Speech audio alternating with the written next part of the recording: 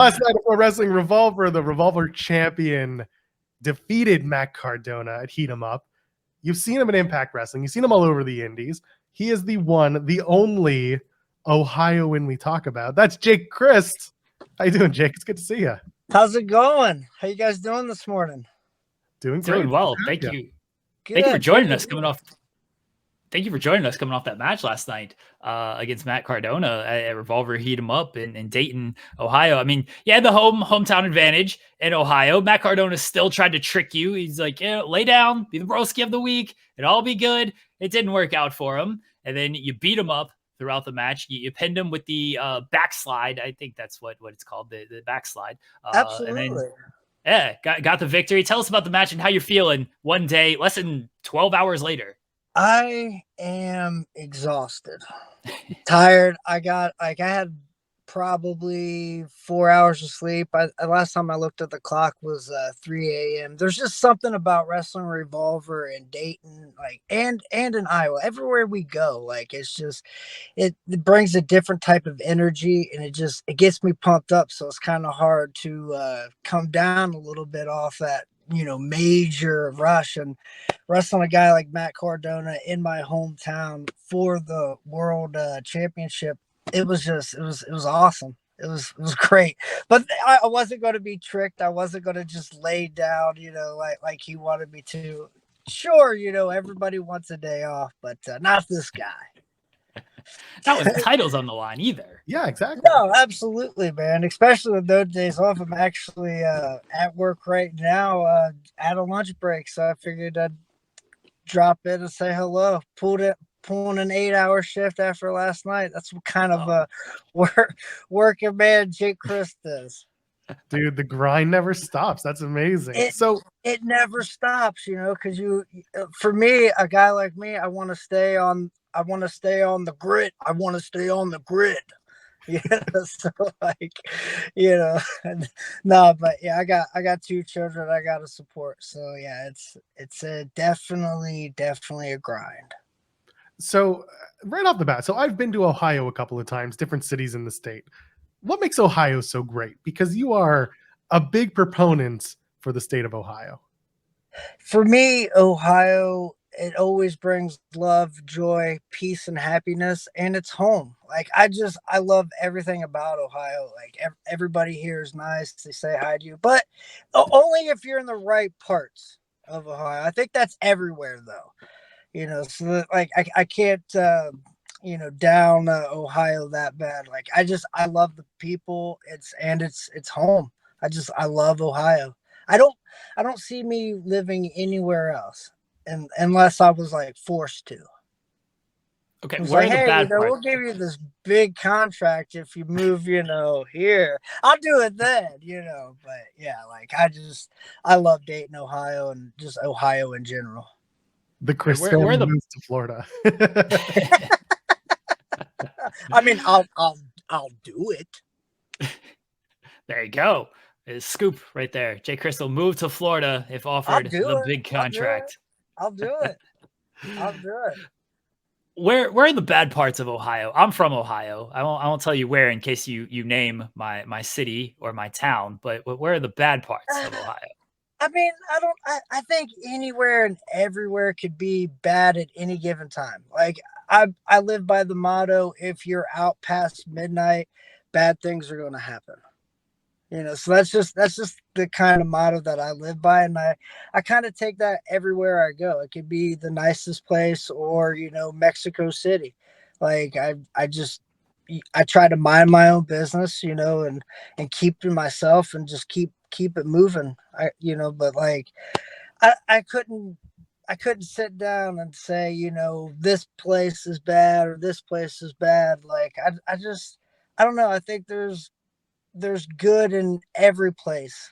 It just depends on what time you're there. I'm from Akron. So if you have any, yes, pretty close.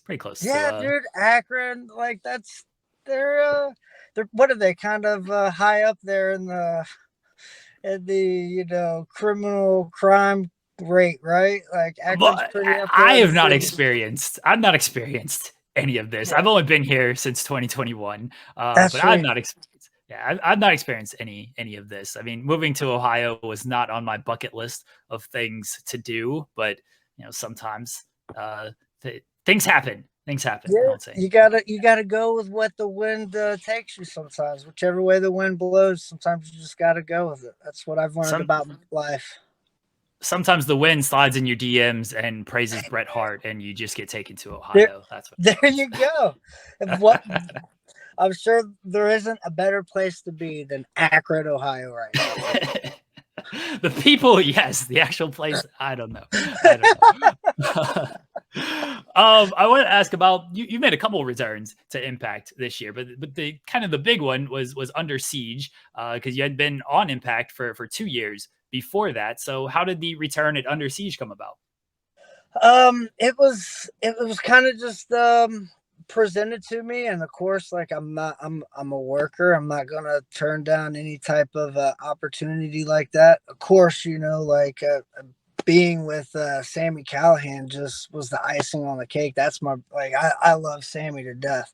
It's my best friend in the whole wide world. Like he's amazing. He's a great individual, great talent. Like even better booker, and the way he runs Revolver is just, he's a genius. He's like our modern day just genius. Like I love Sammy to death. But to come back at Impact and to get to wrestle along both sides, Swan and Sammy it was a dream come true. I was pinching myself. I've never been so nervous in my life, just to try to perform at a high level. And I didn't want to make, Sammy or Swan or even Sawyer, feel like, this guy, shouldn't be here. So I kind of had a little bit of a chip on my shoulder, a little bit of something to prove, not only to myself, but I felt like the wrestling world. And I think I came out swinging for the fences, and I totally hit a dinger. Your against all odds, your against all odds appearance certainly raised a lot of eyebrows at that the street fights. There was a lot going on in that street fight. What? Talk to me about that match just in general, because I think it stole the show, quite frankly. And I cover Impact for the website, so That's talking sweet. about it, I was just like, this came out coast to coast cutter, baby. Yes. I did the double pump. I felt like Air Jordan out there. I did the double pump. I saw it coming in slow motion. Oh yeah, that stuff was so clean. But the burning hammer through the barbed wire board off the apron, I think, Phil, like I still kind of got a little crick in the neck right there, but it's probably fine. But yeah, I loved it. That was a great match, and like everything was flawless, perfect. And again, Sammy, I love him to death. It's amazing. Speaking of Sammy, you were on his podcast not too long ago talking about your sobriety at 3 years.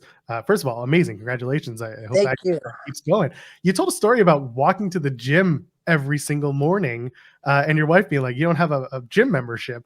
And you said, well, I do now. Are you still walking to the gym every morning? Is that still part of your routine? Every morning I walk to the gym. That's wild. Every morning. Like I get up around 3 or 4 in the morning. I walk to the gym. I'll either do whatever I'm hitting, arms, chest, back, legs, whatever it may be, whatever body part that day. And I hit abs every day. So I pull a 2 a day. So like sometimes I'll switch it up between a body part or just abs in the morning. And then I'll throw some tanning in there, because you got to look like a professional wrestler. Yeah, you got to have the tan. That's what I'm talking about right there. But yeah, you got to have the tan. You got to look the part. And that's kind of what I do in the morning. And I come to work, pull a shift, get off, either hit a body part or abs, and go to bed at 8 o'clock at night. And that's my routine. But yeah, that was the sobriety has been amazing. And that was just walking out to tell my wife, like, hey, I'm going to the gym. And she's like, you don't have a gym membership? I was like, I'm about to. And I ain't been looking back since. That was a good Macho Man impression. I Thank you. appreciate a good Macho Man impression. I try to Revolver. throw them out every now and again. Revolver, we're talking a lot about it. You are the champion of Revolver. You hold the Revolver championship. And I mean, this is a title you won from Steve Macklin. And I think that Revolver is honestly one of the more underrated independent promotions. I know it's gained a little bit more notoriety being on Fight Plus and stuff, but you look at all these cards. One, they're doing Cage of Horrors, which rules. They're always bringing in some top talent. I know Moxley couldn't make it last night, but he's been booked on other shows. He was booked for last night. They had Takeshita replacing Moxley. Like, what is it about Revolver? And you, I mean, technically, as the champion, kind of being the face of Revolver. Like, what does that mean to you? It means the world to me. Wrestling Revolver is like no other independent wrestling that you could see out there. Like, as far as the locker room, the production value, the way the cards are booked, like, I don't understand why Wrestling Revolver isn't thrown in the top level. Because to me and everyone around me and anyone that you ask along, like, wrestler wise, along the business, they know Wrestling Revolver is the top independent wrestling company in the world. I'll say in the world. There's nobody that can touch us. We got this sweet vibe that's going on. Wrestling Revolver, like, it's like no other. Like, the production value, the cards, like everything about it. There's no one that can touch us right now. Like, especially on the independent level. Like, Sammy has his hands in so many different pots. Like, and he's so well liked around the business that, like, he can get people from Impact and get people from AEW. Like, his cards are just top notch all the time.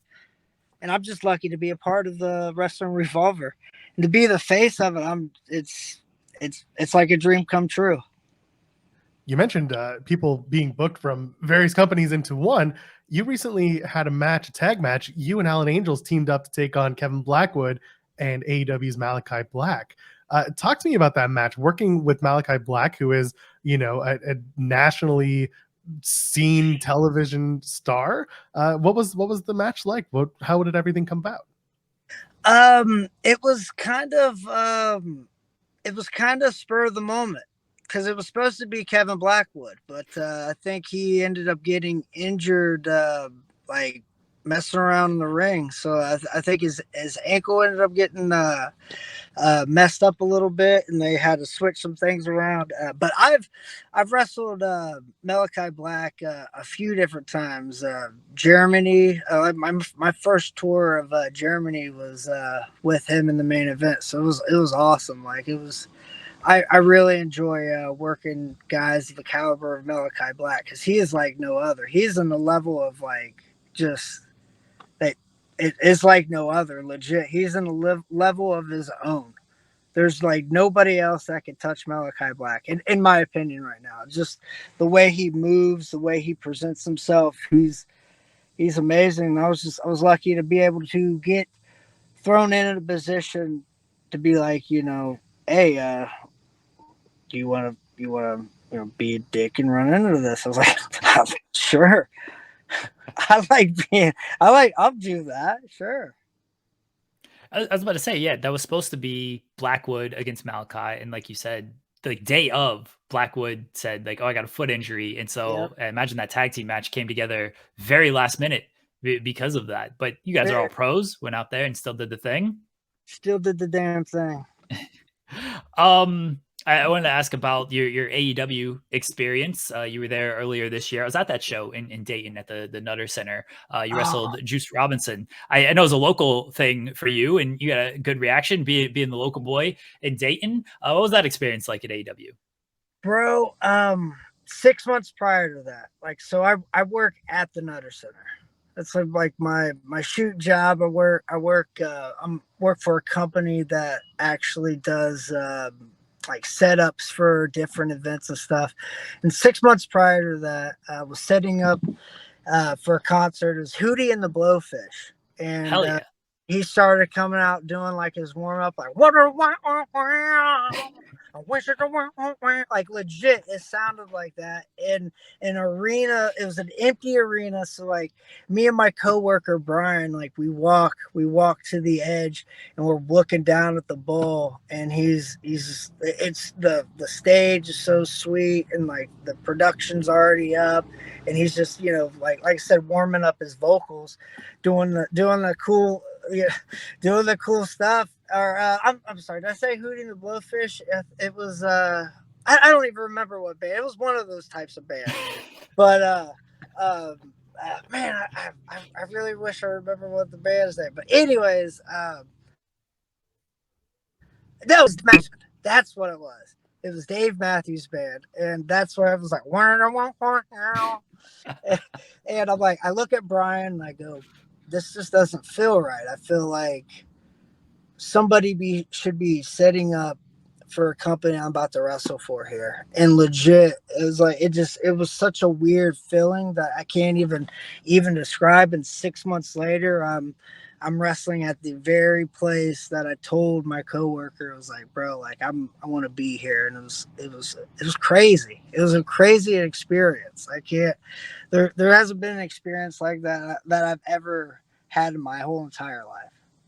So like to be able to go there and set up for Dave Matthews Band and be like, bro, this doesn't feel right. And 6 months later get to, you know, work Juice Robinson in an arena.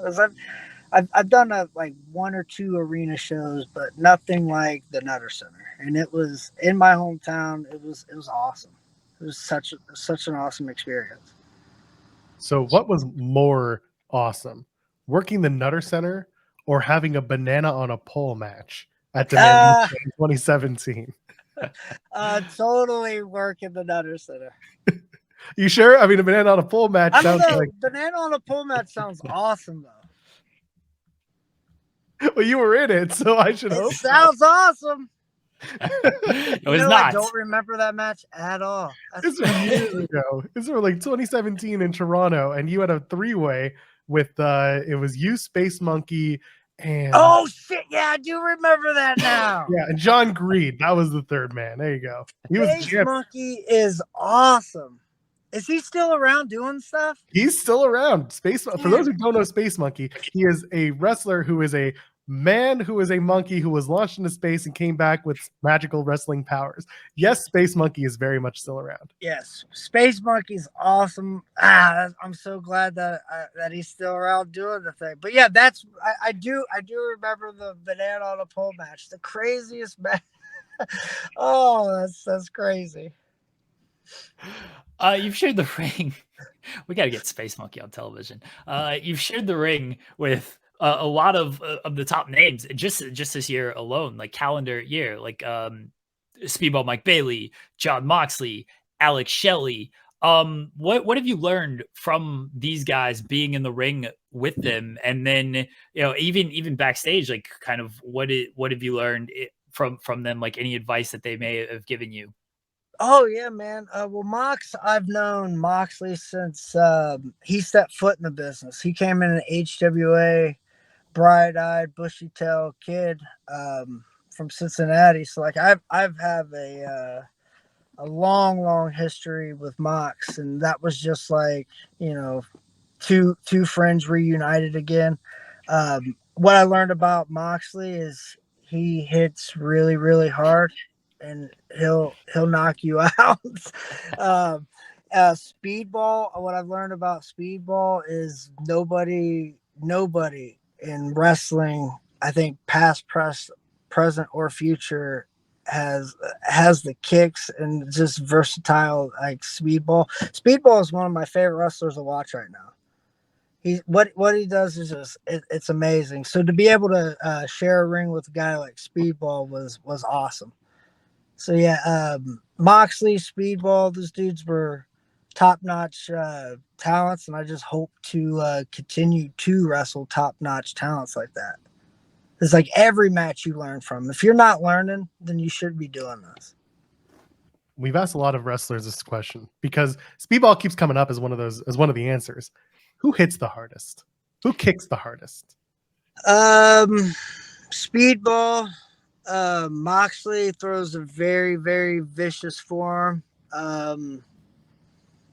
Yeah, like those two people right off the bat is who I would say is pretty stiff.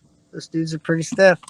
No one surprising that's like you would never guess, like Fall Ba actually really knocks you out or something like that. No, not really. Not that I've ran into on a recent level. Like when I first started wrestling, there was that, the Japanese strong style was like new and in, so like we were just blasting the shit out of each other every match in front of nobody. It didn't matter.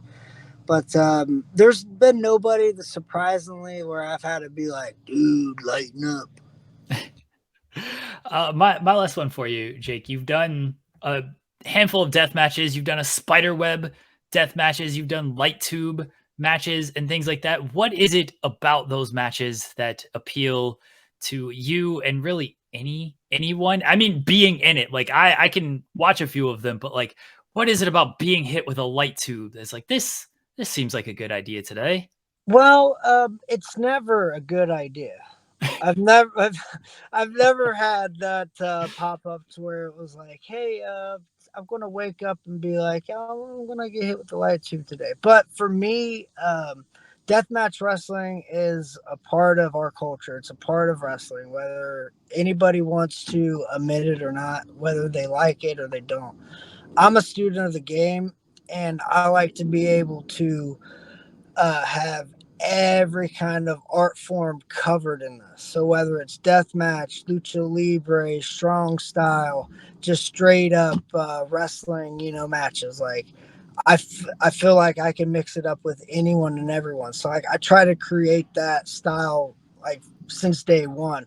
I was a huge fan of Bruce Lee, and I always loved the fact that he created his own martial arts. So that's kind of what I wanted to do with pro wrestling. So deathmatch wrestling is a part of pro wrestling, so that I have to dabble in that too. I got to learn how to do those things as well if I want to be well versatile in this business. And that's what I felt like that I had to do to get bookings.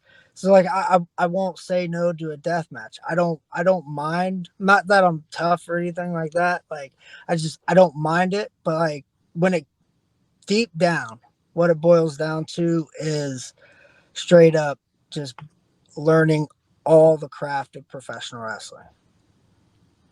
My last one for you, and by the way, thank you for joining us today. Thank you. Done a bunch of impressions today alone. You have a favorite impression that you like to look at on us? Oh man,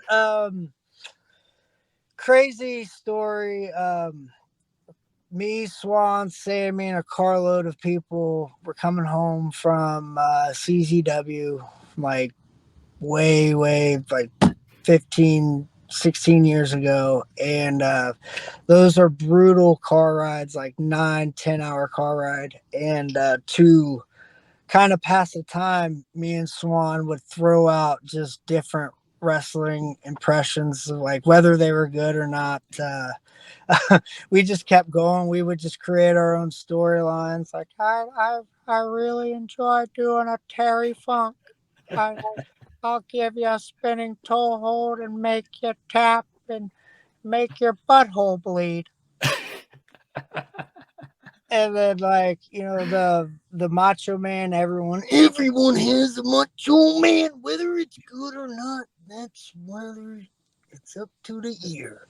But I'm just now starting to try like a Jesse Ventura, like to stay on the grid in the Baja. The Baja. That's what the Baja.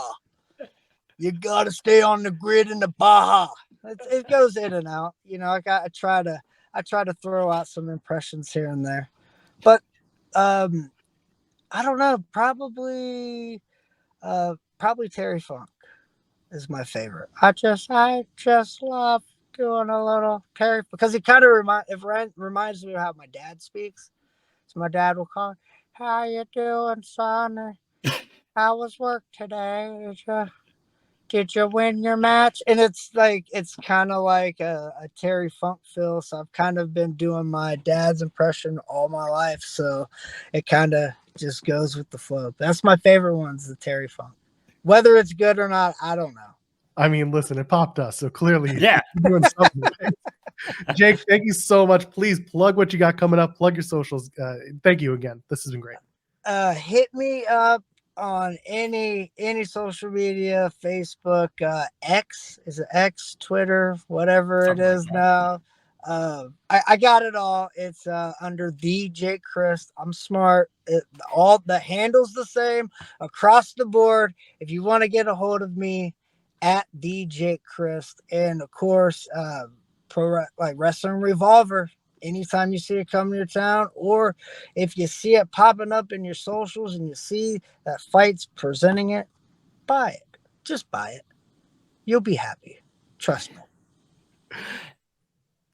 Yes, it's on Fight Plus. Everyone can go check out Wrestling Revolver. Watch the show from last night. It's on Fight Plus. The archive is there as well. Again, I think I'm very proud of last night's match too. That was phenomenal. Like I love. You got to beat up Matt Cardona. That guy's the worst. Yeah. I love it. Whoop whoop whoop. Everyone go check it out. Go check out the show from last night. Watch Jake Crist beat up Matt Cardona. He deserves it. He deserves the punch in the face at all turns. Jake, thank you so much for joining us. You wrestled last night. You're working the job this morning. Thank you for taking time out of your day to join us. We really appreciate you guys. Thank you so much. Anytime you guys want to have me. Sorry about that on the phone little gimmick. I appreciate it. Oh, that's okay. We've had plenty of internet issues and phone issues on this show before. So not the first, I'm sure it won't be the last either. So thank you. We appreciate it, man. Thank you guys. I appreciate you.